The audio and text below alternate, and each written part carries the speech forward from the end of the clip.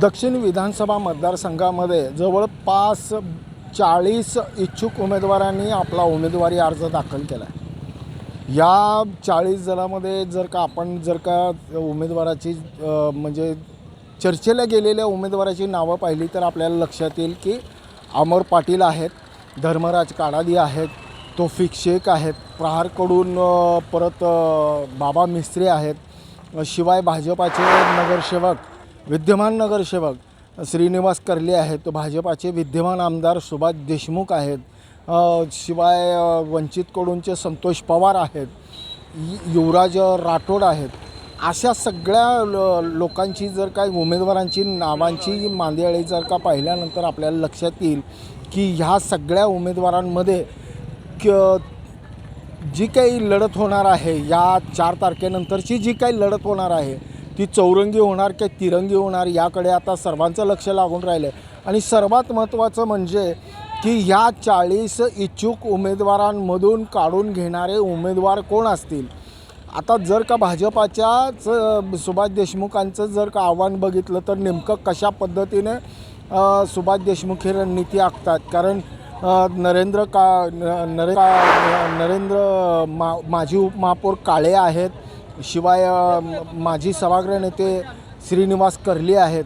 हे दोन जर का आपल्याला उमेदवार इच्छुक उमेदवार बघितले तर आपल्याला लक्षात येईल की भाजपाचे सुभाष देशमुख यांना ही डोकंदुखी ठरणार आहे। कारण नीलमनगर हा या भागामध्ये बऱ्यापैकी इफेक्ट करणारे श्रीनिवास कर्ले आहेत आणि माजी उपमहापौर राजेश काळे हे जुळे सोलापूर परिसरामध्ये आपल्या बऱ्यापैकी तो आपला इम्पॅक्ट दाखवण्याची शक्यता दाट आहे।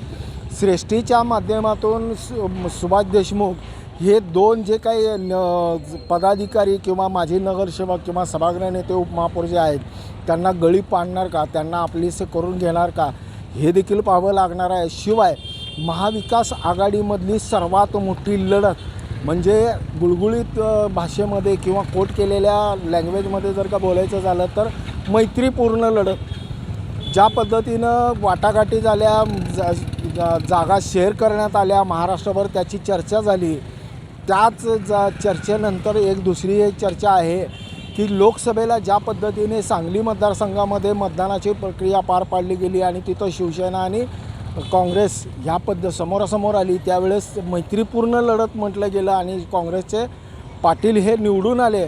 तशाच पद्धतीची लढत ही दक्षिण विधानसभा मतदारसंघामध्ये दिसणार आहे।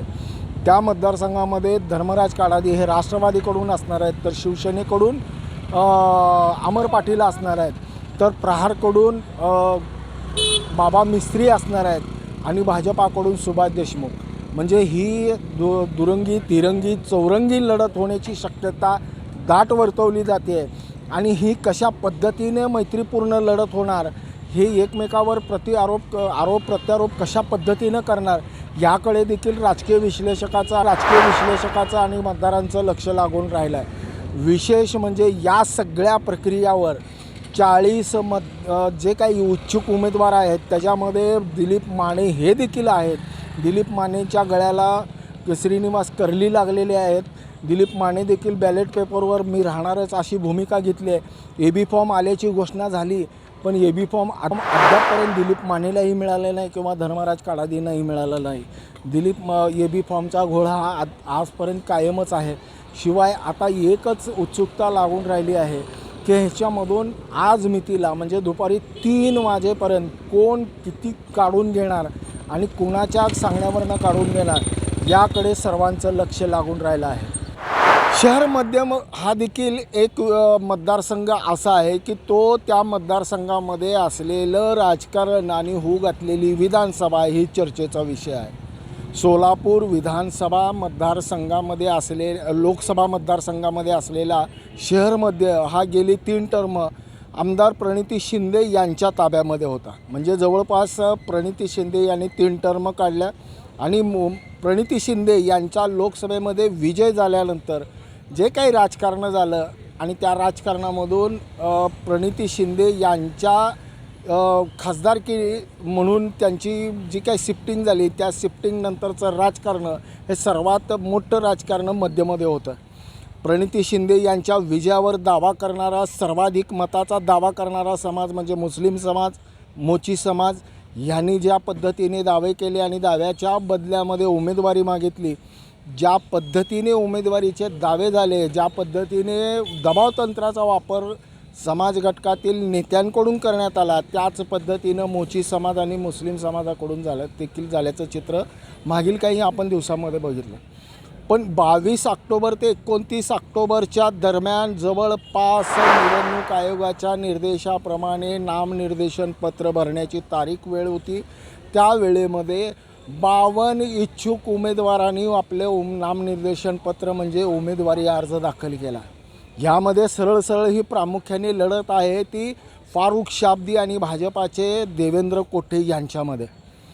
पण सर्वात मोठं आव्हान जे आहे ते देवेंद्र कोठे यांना की ह्या अर्थी की 7 उमेदवार हे हिंदू मताधिक्य किंवा हिंदू विचारधारेला मानणारा वर्ग किंवा नेतृत्व किंवा उमेदवार अशा पद्धतीचे 7 आहेत. त्यापैकी गोरक्षक म्हणून ज्याची ओळख आहे ते अंबादास गोरंटला, शिवाय भाजपात नुकतेच आलेले संगा हे 2 उमेदवार मात्र नक्कीच ज्या पद्धतीनं चर्चेला गेले त्याच्या मागचं कारणच असं की उमेदवार भाजपाकडूनच्या नेत्यांनी जेव्हा शहरमध्येची उमेदवारी जाहीर केली त्यावेळेस पद्मशाली समाजालाच उमेदवारी दिली जाईल असा जो काही निकष लावला त्याच निकषावर देवेंद्र कोठे यांची उमेदवारी जाहीर झाली. पण संगा आणि गोरंटला यांची उमेदवारी दाखल झाल्यामुळं सर्वात मोठं आव्हान देवेंद्र कोठे यांना होतं.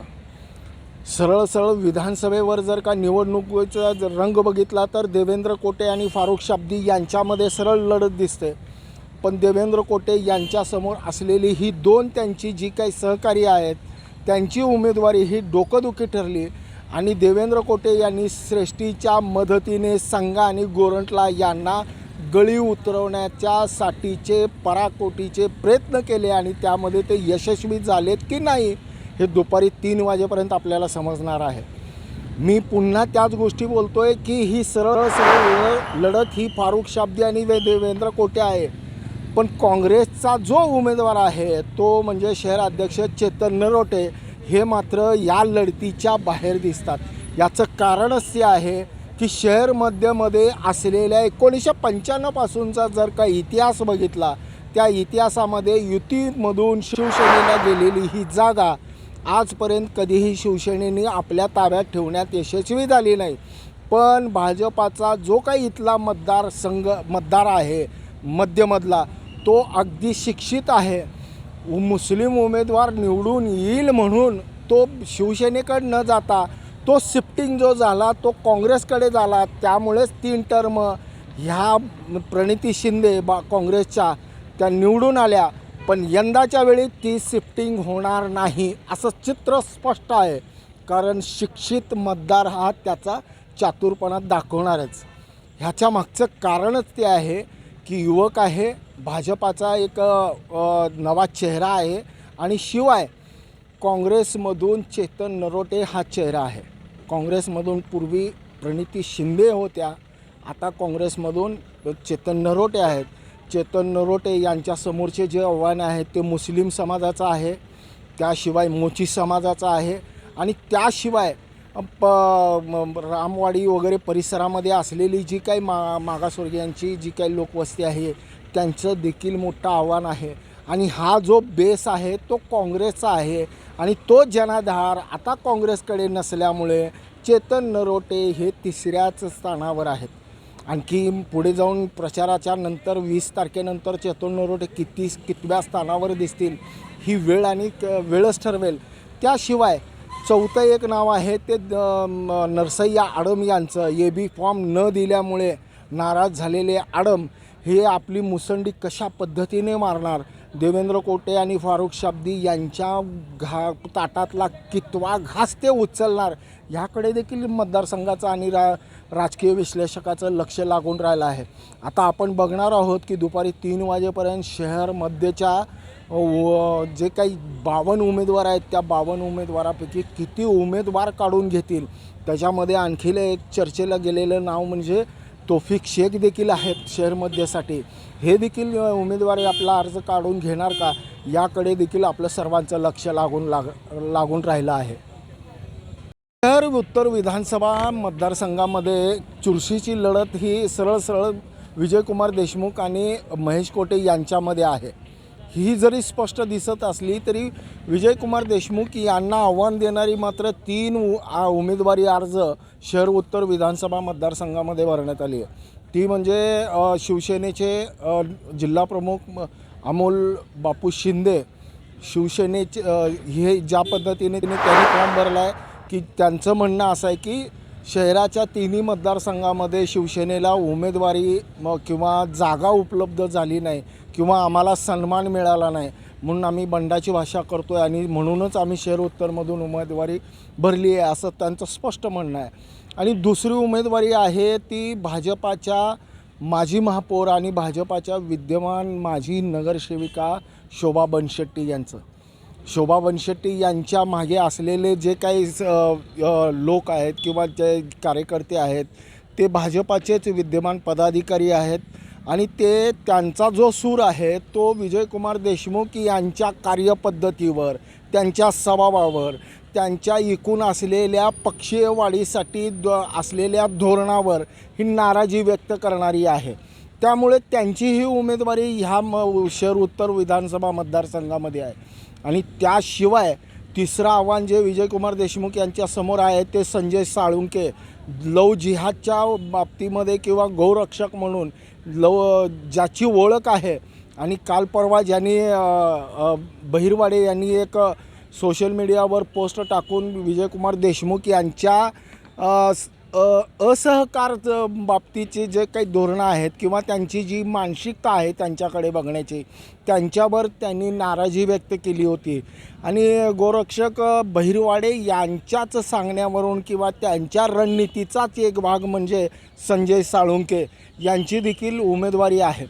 ज्या पद्धतीनं ह्या 3 उमेदवाराचं जर का मानसिकता बघितली किंवा अमोल बापू शिंदे यांची मानसिकता, शिवाय बनशेट्टी आणि साळुंके यांची मानसिकता बघितली किंवा त्यांचा जनाधार किंवा त्यांचा संपर्क किंवा त्यांची विचारधारा जोडणारी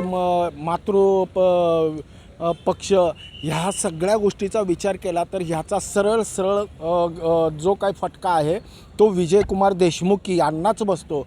म्हणजे महेश कोटे ज्या पद्धतीनं रणनीती आखतायत किंवा ज्या पद्धतीनं रणनीती आखून ते पुढे विधानसभा निवडणुकीच्या प्रचारामध्ये उतरत आहेत, हे ज्या पद्धतीनं महेश कोटे हे पुढे सरकत आहेत, पण विजयकुमार देशमुख हे मात्र आपल्याच सहकाऱ्यांची मनधरणी करण्यामध्ये मागील दिवाळीचे 3-4 दिवस घातले, हे बघण्यासारखं आहे.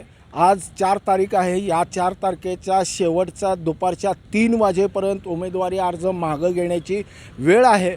आता बघावं लागेल की अमोल शिंदे माघार घेणार की बनशेट्टी आपल्या भूमिकेवर स्टिकअप राहणार की संजय साळुंके आणि बहिरवाडे यांच्या सांगण्यावरनं ते यांच्या तडजोडीमध्ये, ह्या सगळ्या याच्यामध्ये विजयकुमार देशमुख हे कुठंपर्यंत आपल्या वरिष्ठांशी संपर्क साधून यांची मनधरणी करण्यामध्ये यशस्वी होतात याकडे देखील आपल्याला पाहावं लागणार आहे.